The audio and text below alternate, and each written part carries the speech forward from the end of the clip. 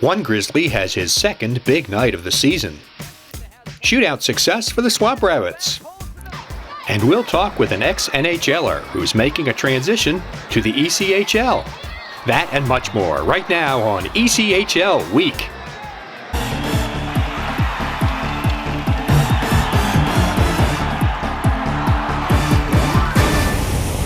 Hi, welcome to another edition of ECHL Week. Today coming to you from the Scope Arena in Norfolk, Virginia, home of the Norfolk Admirals. Only twice this season has a player scored 4 goals in an ECHL game, and Barry Almeida of Utah has done it both times.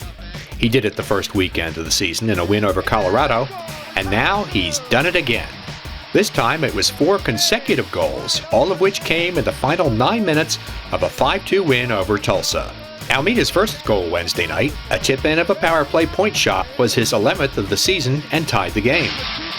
His second goal, on the backhand after a rebound, gave the Grizzlies their first lead of the game. Steiner let it go.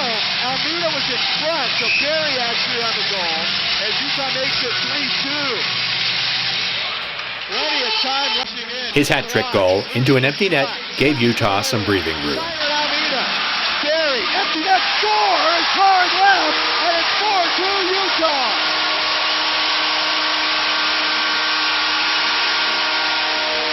In the third period. Finally, goal number 4, with a few seconds to play, also into an empty net, clinched the win and helped the Grizzlies move into second place overall in the Western Conference standings.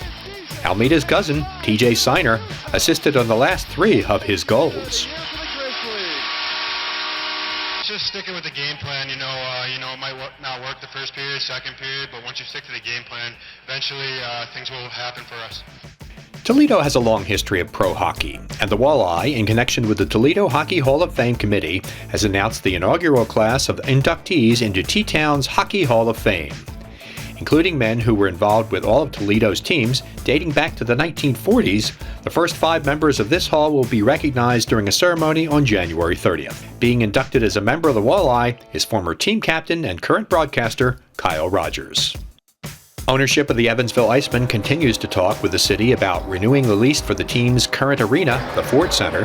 The city has made its, quote, best offer to the club. Team owner Ron Geary called that worse than the current lease. The team says that the two sides are several $100,000 apart on a deal, and it will continue to try and find a way to make a lease work in Evansville. The Icemen said they'll explore all options in order to keep the team in the region. Hi, this is Ken Appleby of the Adirondack Thunder, and you're watching ECHL Week. New Elmira player, captain assistant coach Nathan Oystrick is parlaying his pro experience, including his time with 3 NHL teams, into transitioning to behind the bench. We talked with him about making the adjustment to coaching. I think, a couple years ago I was in the KHL, and one of the things I really wanted to do was come back to North America and start getting contacts. I've always wanted to coach when I was done playing, and I felt like coming back last year was a good way to, get to know some people, talk to some people, and I was fortunate enough to go play in Springfield a little bit for an ex-coach, and he gave me some good advice on what to do, how to do things, and I was also talking to Jamie at the same time last year, so. He brought up the player coach thing probably in March, and at that time, I thought maybe I was done playing, but when it came back to July, I called him and I said, hey, still interested? And obviously he was, so it worked out great. We already have a really good relationship. We see the game the same well, and we think the same way, so it's worked out.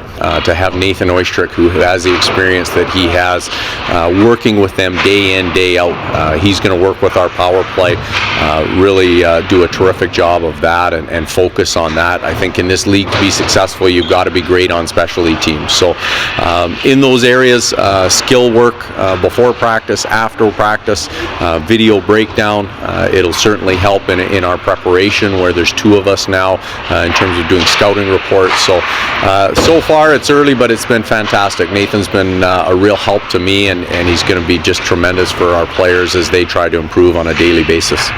It's tough, I think, for myself and for the players. This player coach thing, it's new to me, it's new to them, so there's a fine line that, when am I a player, when am I a coach, and that sort of thing. But in the locker room, guys have been really receptive and have paid attention, and I'm thankful for that, and I respect them, and I just hope that they respect me as well. Things seem to be working out okay so far for Oystrick and the Jackals. Entering the second half of the season, Elmira is holding down the final Eastern Conference playoff spot. Great highlights of some very competitive games when ECHL week continues.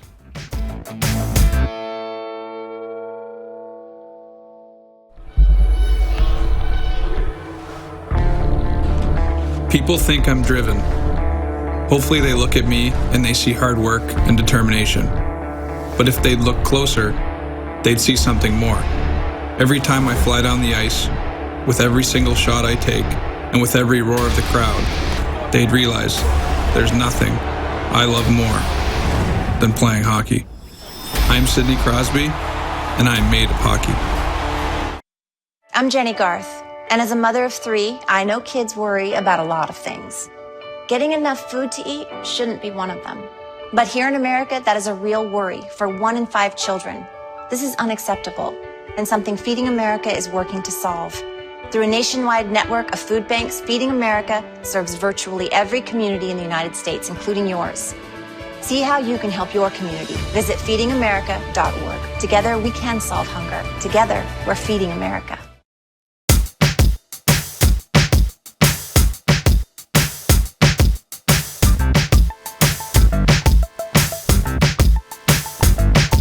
Hi, this is Brett Stern of the Wheeling Headers, and you can tweet me at B_Stern27.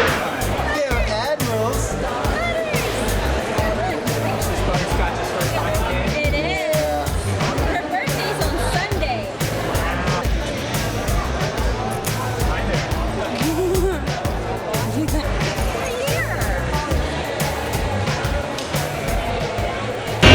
As it turns out, dogs are hockey fans too, and you can see my new best friend here, Lady. Hi, Lady. What do you think about the Admirals? How's the food? Lady doesn't have too much to say. Anyway, let's take a look at the highlight games of the week.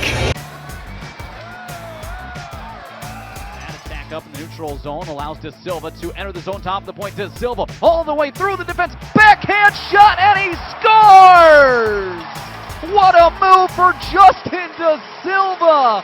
St. Croix, he walks the half wall, down low to Cameron, quick passing, Fleming across, quit all alone, and he is denied. 2-on-1, short-handed for the Everblades, down the right wing, Marquardt to the near side, Harris with the one-timer, and it is stopped, and it stays 1-0. About in this game. Only 1 goal, but some brilliant chances and some better saves. And here is a wrister from the blue line that finds the back of the net. It is Harris from the right point against Anthony Peters, left to right, through the right circle next it on the forehand. He shoots and he scores! And here is Kevin Lynch. Lynch at the red line, carries it right. Now slows at the hash marks to the forehand. He misses the back post, and the Swamp Rabbits win the shootout. Skapski does not allow a goal. He celebrates with his teammates in the middle of the Greenville zone and lets a carrot fly onto the ice. Daniel swept it into his own high spot, picked up by Carey, a drive, score! Matt Carey with Archibald cutting in front with 10.6 seconds left in the second period. Has broken the scoreless deadlock, and the Mallards take a 1-0 lead. Tiered into the far quarter, Leonard plays it up the boards, Coldwell at the far point kept in, winding it around into the near quarter.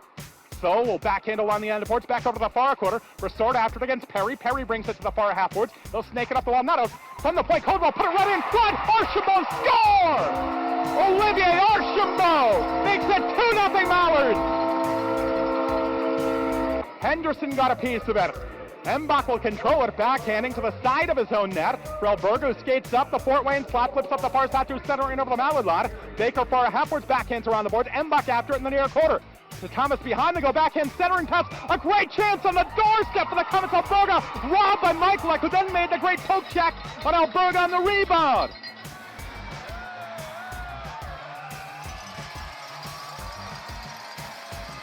He's against Wilson, I believe. Ben Wilson and Jeff Brown. Here we go. tussling, and Brown throws the first one, trying to being wrestled to the, and he takes one into the face, comes back with a big right hand, Jeff Brown, and a big uppercut, takes the helmet right off his face. Bloomstrand, top of the circle, let that shot rip. He scored on that one last night from almost that identical place. He's going to try that again. In front, they score. A power play goal for Kalamazoo, and it's 1-0. Got it ahead for Bloomstrand, and he'll carry it over the blue line into Beast territory. Works his way in on goal, and he scores. And sent it back out to Travis Brown at the point. He let one rip, and that one was redirected on the way to the net. Now Michelli at the side of the net. 1-2, they score! Chris O'Shea on the rebound. Defenseman Tim Billingsley, nice pass from the corner, connects with Travis Brown. Jacqueline heading on the right wing side. Top of the circle, sent in a goal, rebound in front. It's still loose. Down there, they score! The Beasts have tied the game. It's Jeff Brown. Over the blue line, Bloomstrand in on Trevor Kent, slams on the brakes, he scores, and the game is over.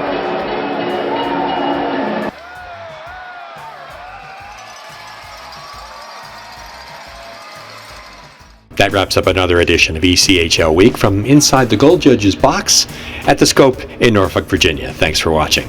As we leave you today, we take a look at a recent practice the Norfolk Admirals had with members of the Navy SEALs. Wonder if this thing works. It works.